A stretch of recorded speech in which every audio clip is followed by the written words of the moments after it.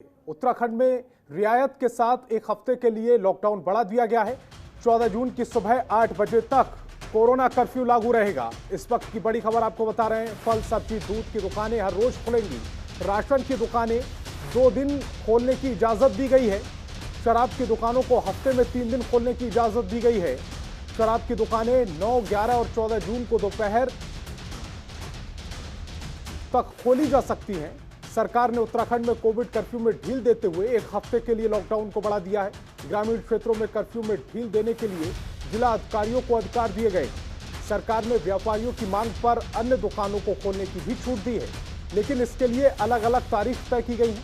नई गाइडलाइंस के अनुसार कई प्रदेशों से आने वाले लोगों को उत्तराखंड में प्रवेश के लिए 72 घंटे पहले की RT-PCR नेगेटिव रिपोर्ट लाना अनिवार्य होगा। प्रवासियों को भी एक हफ्ते तक गांव में क्वारंटीन रहना होगा। राशन, किराने, जनरल स्टोर, स्टेशनरी और किताबों की दुकानें 9 जून और 14 जून को सुबह 8 बजे से दोपहर 1 बजे तक खुलेंगी। वहीं फोटोकॉपी, मर्चेंट की दुकानें फिलहाल सिर्फ 9 जून को ही खुलेंगी। सरकारी सस्ते गल्ले की दुकानें नियमित तौर पर सुबह 8 से दोपहर 12 बजे तक खोलने की अनुमति है। खाद्य, पैकेजिंग, कपड़ा, रेडीमेड, दर्जी, चश्मे, साइकिल और औद्योगिक मशीनरी, मोटर्स पार्ट्स एवं ड्राई क्लीनर्स की दुकानें 11 जून को खुलेंगी। इन सभी दुकानों के खुलने का समय सुबह 8 बजे से दोपहर 1 बजे तक रखा गया है। राज्य सरकार ने शराब की दुकानों को हफ्ते में 3 दिन खोलने की इजाजत दी है। ये दुकानें 9, 11 और 14 जून को दोपहर 1 बजे तक खुलेंगी। पंकज गरोला हमारे संवाददाता ज्यादा जानकारी के साथ फोन लाइन पर जुड़ गए हैं। पंकज, 14 जून तक के लिए लॉकडाउन बढ़ा दिया गया है। कुछ दुकानें, कुछ ढील जरूर दी गई है, लेकिन 14 जून तक कोरोना कर्फ्यू का पालन करना होगा सभी को। जिस तरीके से ये माना जा रहा था कि कहीं ना कहीं कुछ ढील सरकार इस बार इस कर्फ्यू में देगी, लेकिन उस तरीके से ढील सरकार ने नहीं दी है। भले ही आंकड़ों में काफी कमी देखी गई है, कल 446 मामले थे, फिर भी सरकार अभी कहीं ढील देने के मूड में नजर नहीं आ रही है। भले ही सरकार ने जो ग्रामीण क्षेत्र हैं उन क्षेत्रों के लिए सब कुछ DM के ऊपर छोड़ दिया है कि वो किस तरीके से अपने ग्रामीण क्षेत्रों में ढील देंगे। साथ ही जो लगातार व्यापारी मांग करते हैं उस मांग को भी माना है और एक तरीके से उस पर भी सख्ती रखी है, क्योंकि जिस तरीके से जो जनरल स्टोर है उनको भी समय तय कर दिया गया है। जैसे राशन की दुकान है, जनरल स्टोर है, स्टेशनरी है, इन सब का एक सीमित समय कर दिया है। जो प्रतिबंधित पहले से थे, जैसे मॉल्स हो गए, स्कूल हो गए या सिनेमा घर हो गए, ये सब पहले की तरह बंद रहेंगे। लेकिन जो लगातार जो मांग व्यापारी कर रहे थे, सरकार ने वो पूरी तरीके से नहीं मानी है।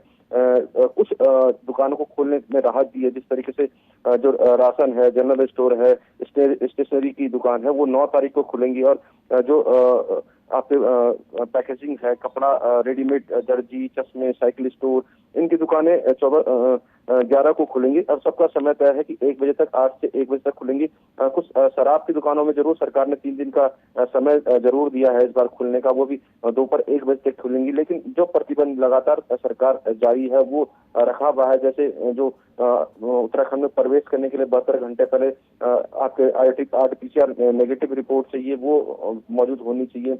जो प्रवासी है उनको क्वारंटीन होना पड़ेगा। साथ ही एक छूट उन्होंने केवल जो सैनिक हैं उनको दी है कि जो सैनिक है अगर वो घर वापस आते हैं छुट्टी में, तो उनको छूट दी है कि उनको RT-PCR नेगेटिव रिपोर्ट तो नहीं देनी होगी, लेकिन उनको जो स्मार्ट सिटी का पोर्टल है, देहरादून स्मार्ट सिटी का पोर्टल है, उसमें रजिस्ट्रेशन कराना होगा। तो कहीं ना कहीं सख्ती जो है अभी भी बरकरार है। शहरी क्षेत्रों में सख्ती पूरी तरीके से बरकरार है।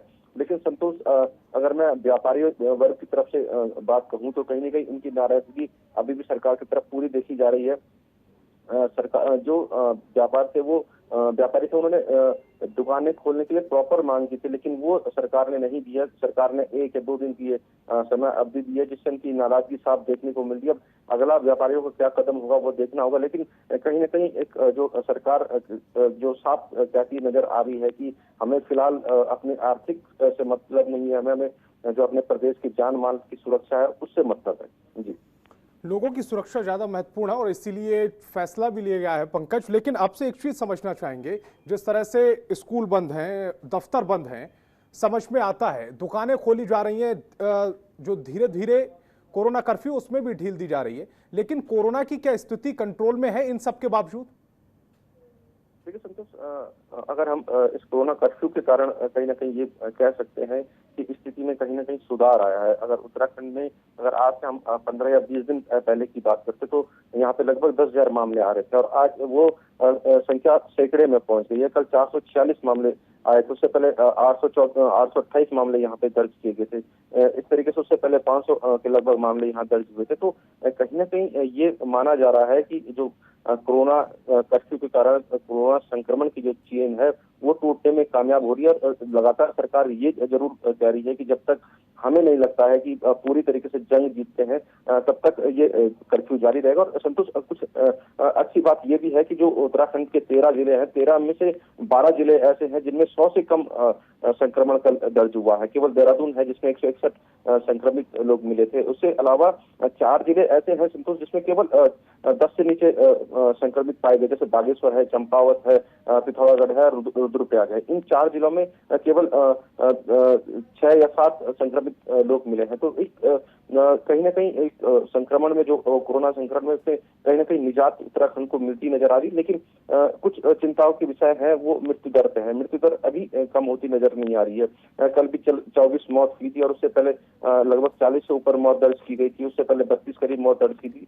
तो ये मौत जो कोरोना से अभी हो रही है वो एक चिंता का विषय जरूर है, क्योंकि परसों जो एक रिपोर्ट आई थी उसमें ये कहा गया था कि उत्तराखंड जो है वो मृत्यु दर में टॉप 2 में है और हिमालय राज्य में वो पहले नंबर पे है। तो एक चिंता का विषय जरूर ये है और कहीं ना कहीं इसी के कारण जो सरकार है उसने ये सख्त कदम उठाए हैं।